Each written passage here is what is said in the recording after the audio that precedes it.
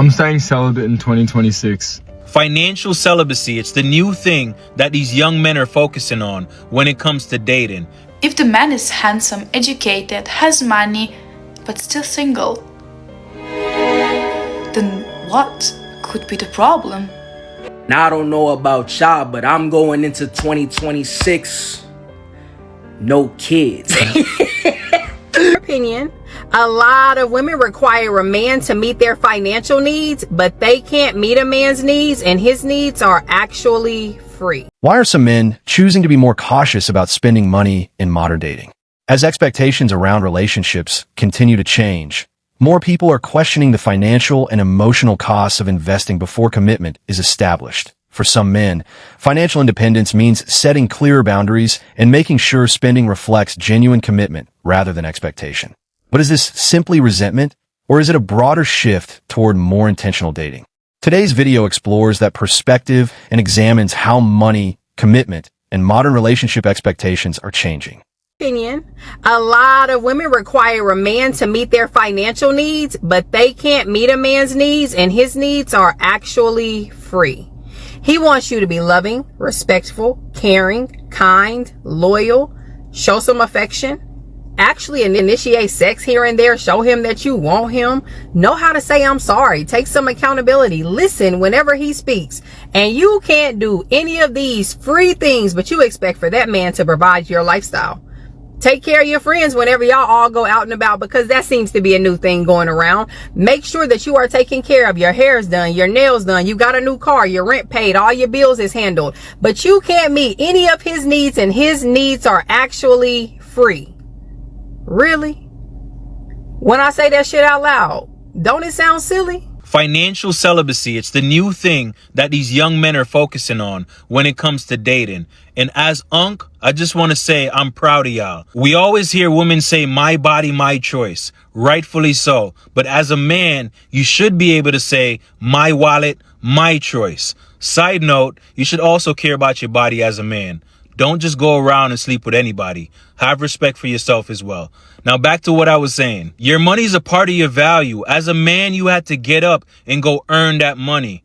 Get to know the woman that you're talking to before you decide to spend money on her. A lot of women hate to have conversations with you before you take them on a date. And it's not that they're worried about whether or not they're going to like you. They're worried about whether or not you're going to like them when you get to know them. Get to know her for who she is, beyond just what she looks like. Because sometimes that's the trick that gets you caught up. You're so caught up in how good she looks that you don't even take the time to get to know her as a person to see if you like her or not. Dating becomes a checklist of unrealistic expectations. Genuine connection can become harder to find. Healthy relationships allow two people to grow together rather than demanding perfection from the start. When standards become impossible to meet, frustration and loneliness can follow. The moment that man stops paying for you is the moment he stops liking you.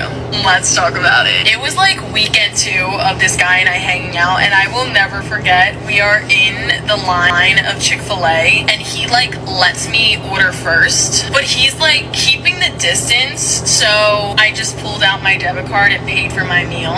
And that's when I realized that the energy had shifted. Prior to that, he was paying for all of our meals, he was pursuing me, he was like trying to impress me and date me. In that moment of me paying for my Chick-fil-A, I felt like his homie. The fact that so many women put their self-worth into how much a man can spend on them is absolutely crazy. Plus, she's 2 weeks into a relationship where she acknowledges that he's paid for everything up until these 2 weeks. So why is it that she's so selfish she can't pay for his meal? Maybe he's trying to gauge and see if, maybe she can hold him up at some point in the relationship. Or he wants to know, like, hey, if I make you my wife one day and maybe I lose my job or I get injured on the job and I'm out of work for a long period of time, are you going to be able to step up financially and take care of me the same way that I've been taking care of you? And I am sorry, but it is literal prostitution if you are gauging how much somebody loves you based on how much they're buying you. They are buying your love, and you don't think that's some form of an escort service. Make it make sense. And I can almost guarantee that she missed out on a really great guy because she's too focused on what he's spending. It's only 2 weeks in and she gave up too fast because she's only looking for his money and not for who he is as a person. Okay, bye.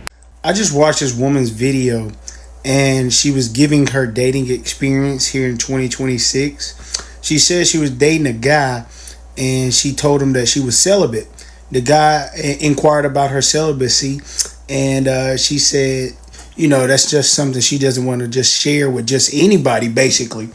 And the guy said, that's exactly how I feel about my finances.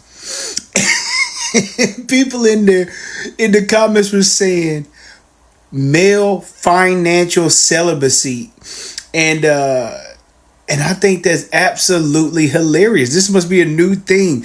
Please, like, how do you do that? Do you like wait 90 days before you actually pay for a meal? Or do you wait like until you're married to actually pay for a date? I'm just curious how this is working out. Financial investment should reflect mutual commitment, not assumptions or expectations. Building trust and consistency first allows both people to understand where the relationship is going. When commitment is genuine, financial decisions can follow naturally and responsibly. Y'all know what I find very strange? Being a woman and depending on your man to pay for every single thing while you have a job and you just keeping your money. Meanwhile, he's trying to build a future for himself too while you just keep your money and just work and do whatever and not pay for anything.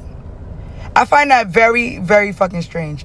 Like, the man has to pay for every single thing that you do. You just keep your money, but then you expect him to build up the household by himself. Like, I'm still trying to get in the wraps of that, like, that theory that y'all got going on. Like, I'm confused. It don't take two? It don't take two no more? Okay. So it's okay for us to ask a man how he's going to provide, protect, and secure our future. But it's a problem for him to ask us how we going to be the helpmate, the healer of the home, and his rib. We want to be the wife, but we don't want to discuss how. How? That's because they asses ain't nothing but selfish, materialistic ass little girls. Always want something for nothing. Always worried about a man bank account. But you're right. They ass don't be worrying about how they could be a wife to this man, how they could be his real, how they could be his queen, how they could treat him like a king that he is. And then they wonder why these men get with them and dog their ass out.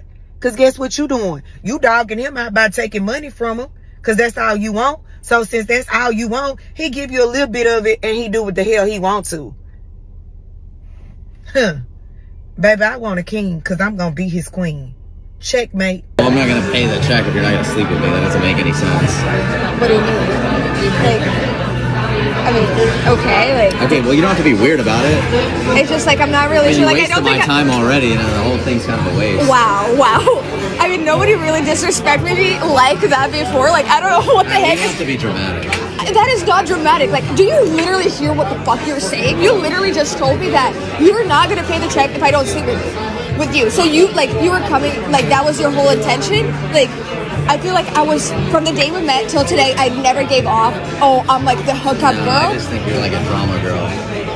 Says the man who literally just said, I'm not going to pay the check if you're not going to sleep with me. Like, how broke are you? Obviously, you're down. You're just embarrassed I'm because not you don't want to tell your friends about it. You're an embarrassing man who's probably broke. Let me see it.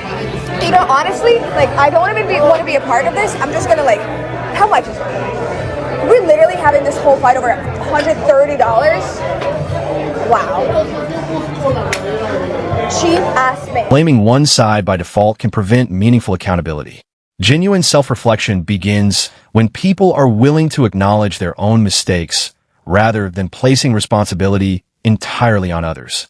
Healthy relationships require accountability from both sides, and recognizing personal mistakes can help rebuild trust and understanding. Your turn to pay for the food. It's whose turn to pay for the food? Your turn.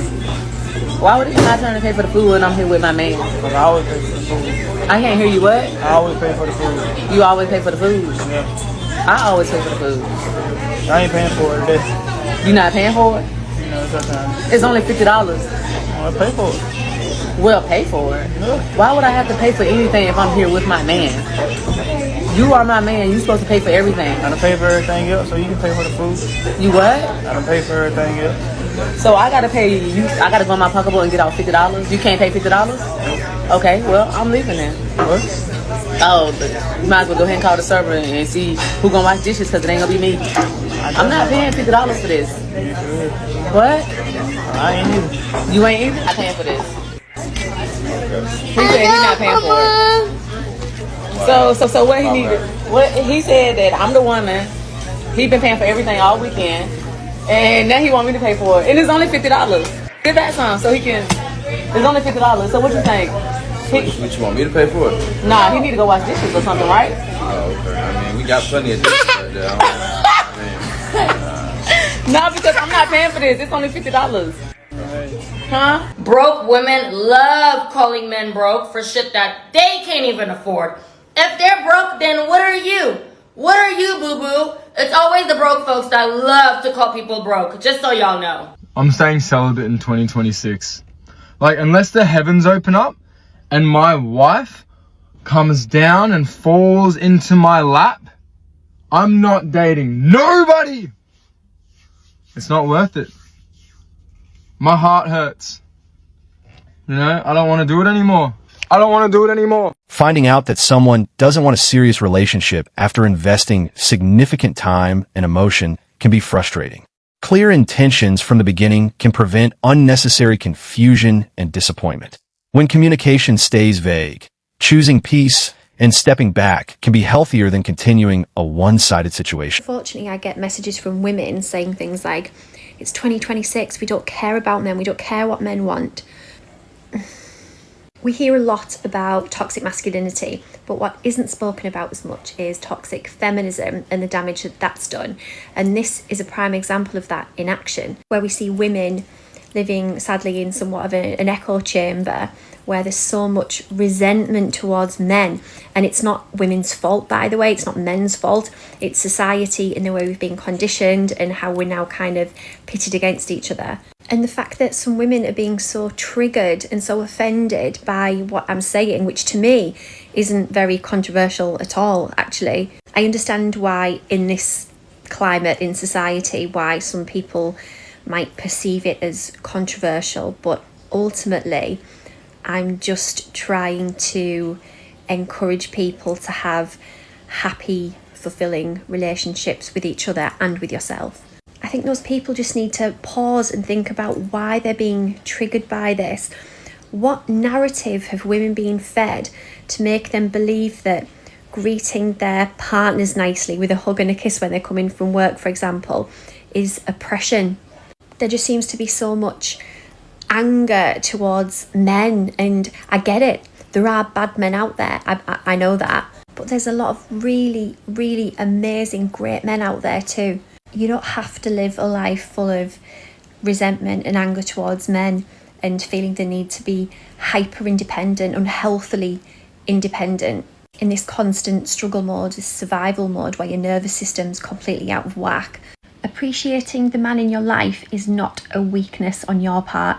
Hi, I'm Holly. I explore masculine and feminine dynamics in a way that you've probably not heard before. So if that's something you might be interested in, give me a follow. Social media engagement can feel like connection without providing the depth of genuine relationships. Likes, comments, and attention offer quick validation, but they cannot replace trust, presence, and meaningful interaction. Real relationships require reciprocity and consistency beyond what happens online. Really just should have paid for all our food. For one, I'm not paying for everybody's food. It's your birthday, cool, but I'm not doing that. It's 18. Why do you gotta pay for all y'all food though? You brought 18 friends. I'm finna leave you. You staying here with them or you coming with me? Are you? Whoa, bro! Got the birthday girl and my wife. Separate checks. I'm sorry, you're the only man at this table. Why are we doing separate checks? It's all women here. I'm not responsible for paying everybody. I got the birthday girl. You invited everybody. You invited all of us. I didn't invite you. Ernestine invited you. Okay, I'm responsible for who I brought. Okay, you're the only man at the table. I'm sorry, hold on. We was all doing Russian roulette, paying with credit cards and all that. Now all of a sudden you want to split checks? We doing split checks, bro? That was 2021. Y'all okay? wait. Things were different. Y'all, hold on. This is my birthday, for real. You're the only man at the table. You not gonna pay the check? It's $700 for this whole table, and it's my birthday. You kidding me right you now? You honestly being cheap right now. Okay, first. No, if that was the case, I'd have just took you out. Are you for your birthday. Dre? Are you gonna let him sit here with a whole table full of women? I really feel like it's not his responsibility, and when y'all get a husband. I'm married. I'm sorry. I do have a husband though. Hold on, wait a minute. Thank y'all. So Donnie, you're good because it's your birthday, but the rest of y'all, we want to chip in. Not us splitting checks. Now I don't know about y'all, but I'm going into 2026. No kids. We did it, y'all. 2026, no kids. Listen. I was dodging them pregnancies left and right like Neo from the Matrix. I got hit with a couple. I missed my period. Whoa! I think the kid is just whoa! But we still here. We standing tall. You know what I'm saying? I was talking to one of my homegirls. She just had her baby girl. And she's like, Lewis, everything's so expensive from the Pampers to the formulas. I spent around $400 in 2 weeks. I said, $400? That's like a 12-day round trip to Guatemala for me. She was like, it must be nice. It is. Listen. All I'm saying is, going into 2026, I know we into the freak nasty shit, but let's keep it real calm this year, ladies. Like, ladies, if he not wrapping that finger with a rock, make sure he wrapping that condom around that cock. You know what I'm saying? We don't want no 2 baby moms, 2 baby dads, half siblings. We want a family. You know what I'm saying? I know we into the freak nasty shit, but let's keep it real celibate in 2026, y'all. Debate over financial celibacy reflects changing expectations around money and relationships. Some men now prefer genuine connection and commitment before making significant financial investments. When that sequence changes, traditional dating expectations can be challenged, revealing how much those expectations depended on financial roles. Why would any rational, disciplined man sign a contract where the other party can break it whenever they feel like and still legally take half of your life's work? That's not love. That's insanity. That's crazy. Because in the United States, 40 to 50% of all marriages end in divorce. So that's not rare. That's a coin flip. And here's the part that young men need to choke on. Nearly 70% of all divorces are initiated by women. Think about that. Most men aren't walking away. They're being removed from the deal. And when that happens, the government doesn't ask any questions. It doesn't investigate effort. It doesn't audit behavior. It just says, cool, split it. Half the house, half the equity, half your retirement. Sometimes your future earnings. Sometimes limiting access to your own kids. All because you signed a piece of paper that assumed that everybody in the relationship would behave forever. That's crazy. That's insane. Marriage is the only contract on planet Earth where the person who breaks it can be rewarded more than the person who upheld it. Quit a job, you don't get a paycheck. Breach a business deal, you get sued. You walk away from an investment, you eat the loss. But marriage, you can leave and still send the man the bill. Now, I already hear outrage forming in the minds of women. What if he stopped doing what he did in the beginning? What if he cheated? What if he emotionally checked out? Cool, but let's stop pretending this is a one-sided fairy tale. It takes 2 people to tango. Let me ask you a question. What did you do to make him stop wanting to you? When did sex turn into a weapon instead of connection? When did respect turn into constant nagging? When did you become entitled? When did he go from being your man to being behind the kids, the dogs, your phone, your stress, your crazy moods? When did you stop serving this relationship and just think you're just going to kick back and collect all the benefits? When he quietly became the provider, the protector, the fixer, the emotional punching bag, the walking ATM, well, you brought nothing but expectations and complaints. And then you wonder why it failed. No man wakes up one day and says, I think I'm going to blow up my family today. They drift after being ignored. They disengage after being disrespected. They shut down after being treated like a utility instead of a man. And instead of self-reflection, the story's always the same. I wasn't happy. I deserved more. I outgrew him. Funny how personal accountability evaporates right when the system rewards an exit. And that's the real issue. The system doesn't care who stopped showing up. It doesn't care who withdrew the intimacy. It doesn't care who poisoned the household. It just redistributes assets and moves the on. That's not partnership. That's legal roulette. So read your contract, understand the incentives, and stop confusing tradition with intelligence. Because if it's a bad deal on paper, it's a bad deal in real life. And men are finally waking the up and asking the only question that matters. Why in the would I ever sign that?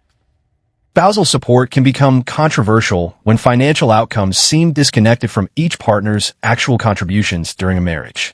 A fair system should consider income, responsibilities, sacrifices, and shared contributions rather than relying on assumptions about either spouse. Clear and balanced standards can help reduce resentment and protect both parties after separation. The man is handsome, educated, has money, but still single. Then what could be the problem? Bankrolling constant drama or feeling responsible for someone else's lifestyle isn't a healthy foundation for a relationship. Financial boundaries can be a reasonable part of self-respect, especially when expectations aren't mutual. Strong relationships should be built on trust, reciprocity, and genuine connection, not financial pressure. Non-negotiables for 2026. Leaving on delivered for 16 hours. Get out of here. I'm just a girl. Bye-bye. Dude, only does Pilates. You're out of there, dude. OnlyFans. Absolutely not. Ask me where my moon is rising. See ya. Iced coffee is breakfast. Your central nervous system is cooked. Bye-bye. Can't handle dark jokes. See you later. Following your ex on social media. Out the window, dude. Well done steak. You're eating a hockey puck. Out of my car. Vegan. No. Your hormones zapped. Poor fashion sense. If you look like a sewer rat, it's done. Refer to yourself as crazy but cute. The most uncute shit I've ever heard. Isn't open to baking me sourdough. See you later. Not maternal. Bye-bye. Thinks tennis is boring. Ah! Get out of my car, dude. Yeah, it's pretty good. Saying no to one-sided financial expectations can be a reasonable personal boundary. Some men are choosing to make financial investment conditional on trust, commitment, and mutual effort rather than spending heavily at the beginning of a relationship. That doesn't mean every relationship follows the same pattern, but it does reflect a broader shift toward financial boundaries and intentional dating. The bigger question is whether genuine reciprocity can rebuild the willingness to invest. Thanks for watching. Like, share, and subscribe, and leave your thoughts in the comments.